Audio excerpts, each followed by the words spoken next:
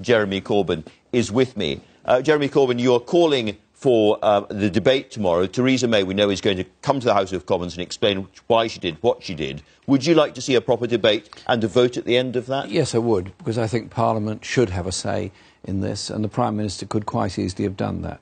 She took a decision sometime last week that she was going to work with Macron and Trump in order to have an attack on the chemical weapons establishments in Syria. She could have recalled Parliament last week. It's only the Prime Minister that can recall Parliament. Or she could have delayed until tomorrow when Parliament returns itself. There is precedent over previous interventions where Parliament has had a vote. And I think what we need in this country is something more robust, like a War Powers Act, so that governments do get held to account by Parliament for what they do in our name. And if there is now a parliamentary vote, would you like that to be a vote which would, as it were, tie her hands to stop a repetition of what happened this week happening again? What I would like is a vote which outlines a process that could now happen. That is, giving the OPCW the chance to go in and fully investigate everything, including the debris from the bombing attack, but also a very strong steer to our government to now go back to the UN and promote a resolution and work might and main to bring Russia and the United States together on this so that we do get a political process in Syria, as well, of course, as the removal of chemical weapons, which was done after 2013 when Lavrov and Kerry reached an agreement which had a big effect. After all, several hundred tons of chemical weapons were destroyed as a result of that process. It can be done, it's hard work, and it takes patience, but surely that is better than the danger of escalation of this conflict into a proxy war between the US and Russia over the skies of Syria. You mentioned the OPCW there, the Organisation for Prevention of Chemical Weapons. Now, do you accept that when they reported last year that Assad was responsible for a chemical attack in 2017, they were right? I've no problem with their reporting, their investigation, or the quality of it, but they must be given the chance to do it now. There is evidence, of course, very strong evidence, about the use of chlorine, which is not itself a banned substance because it's so easy to make, but clearly as a weapon it is illegal. That has been used by a number of parties in the conflict, but there's quite clear evidence there. The OPCW must be given the chance to report on it. They are, after all, on their way to Douma. They may even be there now.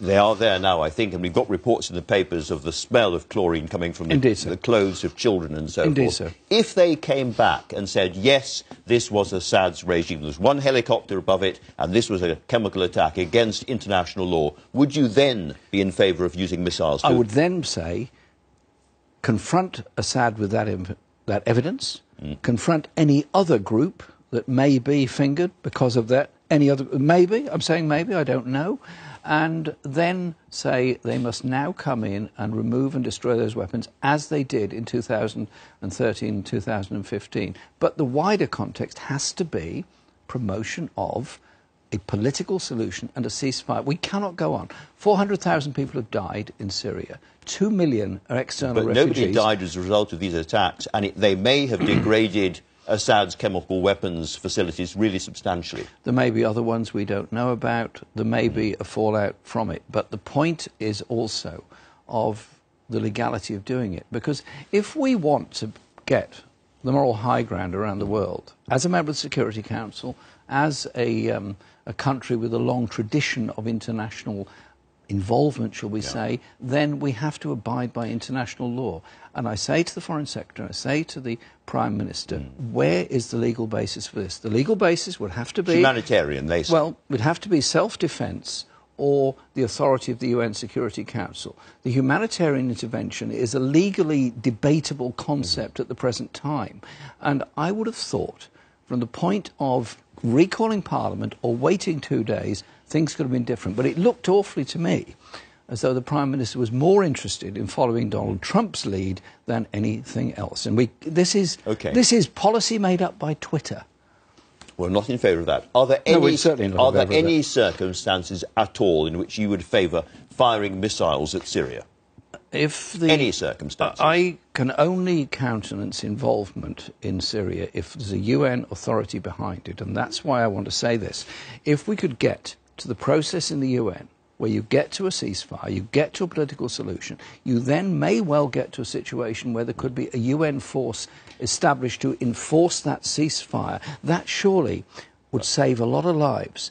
At the moment, everybody's pouring arms into Syria. There are 12 countries involved in the war in Syria, and there are, as I said, 400,000 dead already. But there was a UN international mechanism for looking at the responsibility of different groups for chemical weapons attacks, and that no longer exists because the Russians vetoed it last year. They vetoed UN resolutions on this 6 times now. There is no reason to think they will stop. Both sides have either vetoed or threatened to veto. There obviously has not been agreement. But so listen, the UN is kind of paralysed in this.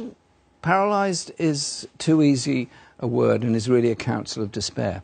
Antonio Guterres is alarmed by what's going on. And what he said on Friday, I think, was very prescient. He said, we're in danger of recreating the Cold War between Russia and the United States in Syria. He asked for and appealed to all powers to do something and come together. Surely the killing has to stop, a ceasefire has to come into place, and it's in the hands partly of us, but particularly of Russia and the United States at the UN to promote that. Can I put it to you, there's something slightly strange going on here. Strange? You are against the use of missiles against Syria under all circumstances, and out there, public opinion is broadly speaking on your side. You have a reputation for being a plain speaker in these subjects. Can you not just say, I'm against using missiles against Syria under all circumstances? It's always wrong. I've made it very clear that the use of missiles anywhere has consequential effects.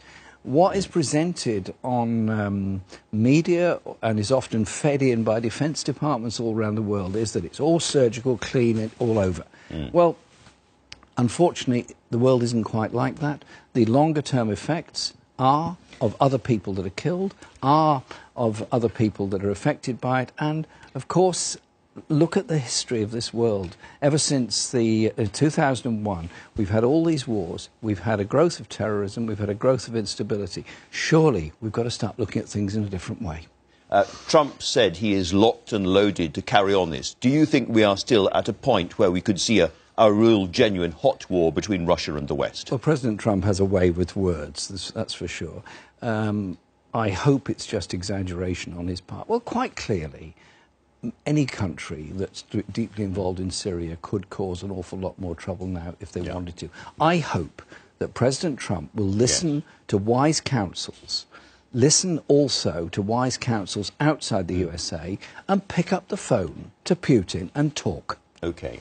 You mentioned the UN just now. 2015, there was a motion to send missiles elsewhere. It had UN backing, and you still voted against it.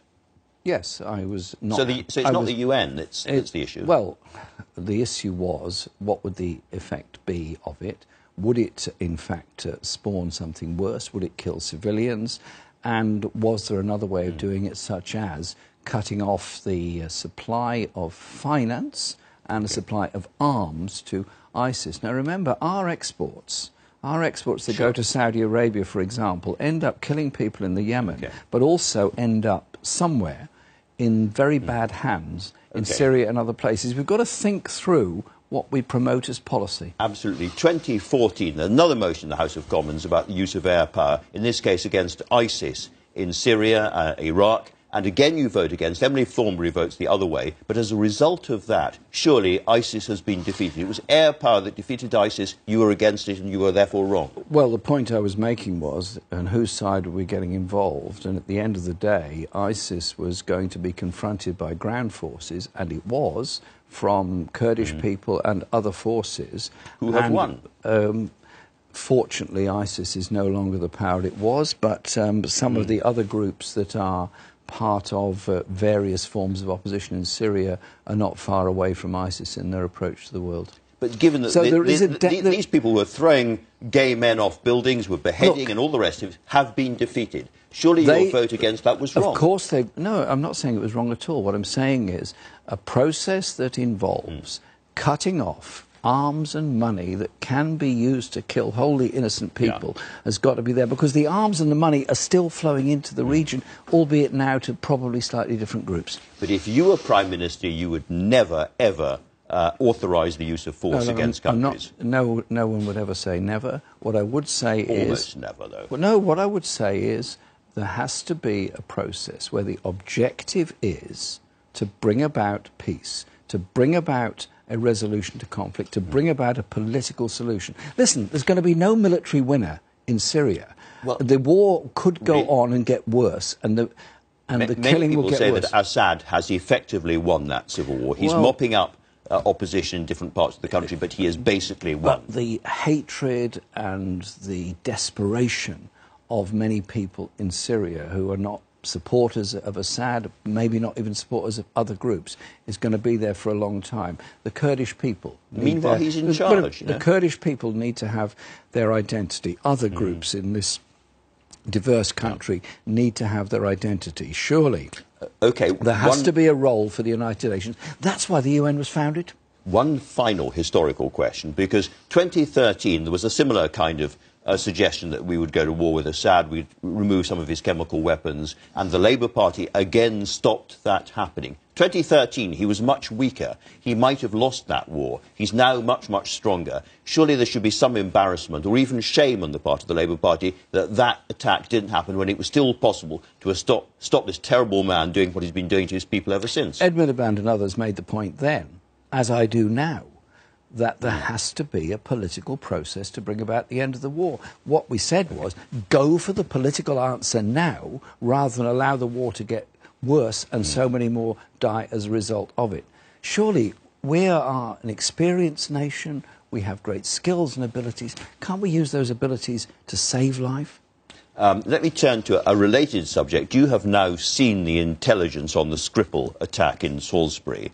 You've seen all the private stuff, and you've heard about the Russians testing out this nerve agent on door handles and pursuing the Skripals, cyber-tracking them for 5 years now. Do you accept now that this was a state-sponsored attempt to kill them? I want to see incontrovertible evidence of it. And you still haven't?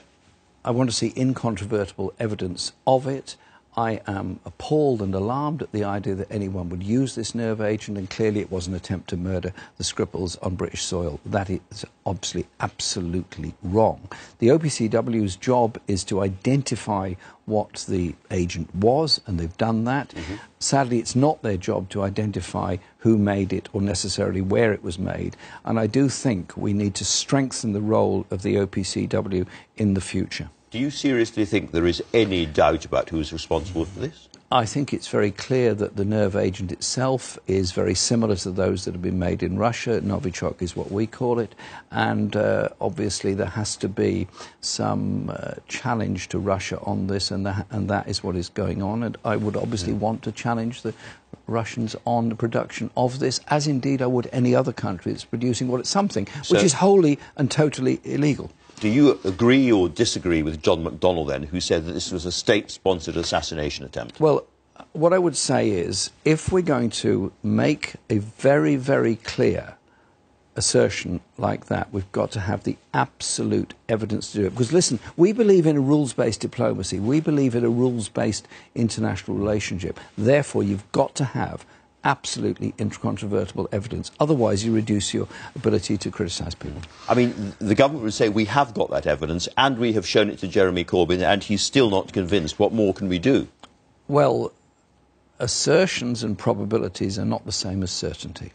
There's no certainty in anything in life, but given what we know, surely the Russians are almost certain to have done this and that therefore there has to be some kind of consequence from that. I'm very clear of where the origins of this nerve agent came from. I'm very clear that has been this nerve agent produced in Russia.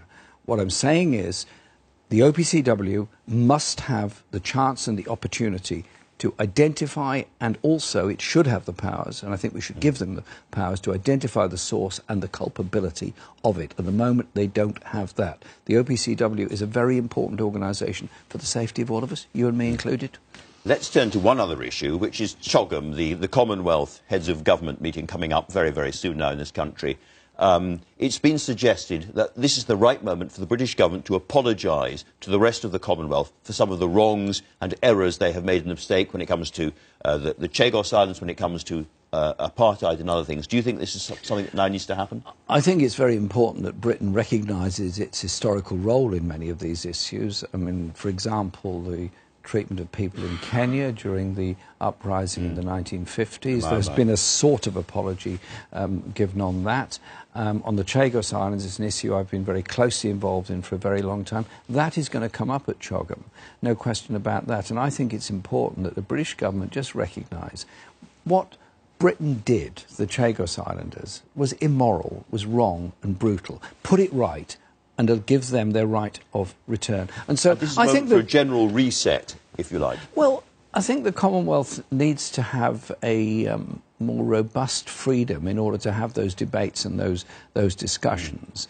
It is a unique organisation because it represents nations all across the world, all of whom have some kind of relationship with the British colonial past. But I like the Commonwealth. I want us to be involved in it, and I want to have a discussion with Prussia Scotland and others about how we might develop a Commonwealth education programme. But you think of the history children learn in India, the history children learn in this country, they can learn a lot from each other. And is the Prince of Wales the appropriate person to take over as head of the Commonwealth? Well, I think the Commonwealth ought to really get a chance to decide who its own head is in the future. The Queen clearly is personally very committed to the Commonwealth, but after her, I think maybe it's a time to say, well, actually, the Commonwealth should decide who its own president is on a rotational basis. I'm looking forward to meeting quite a lot of people from the Commonwealth during the Commonwealth Heads of Government meeting. We've talked a lot about evidence and allegations in this conversation. The Russians, Lavrov is saying that what happened in Syria and what happened in Salisbury were both British government provocations. They were essentially staged by the British government. What's your reaction to that? Well, I'm quite surprised by them, and by the events or the well, I'm surprised, appalled by the events, and surprised by his comments on it. I mean, that's a pretty big assertion to make. He's either got to back that up or withdraw it. Jeremy Corbyn, thanks very much indeed for talking.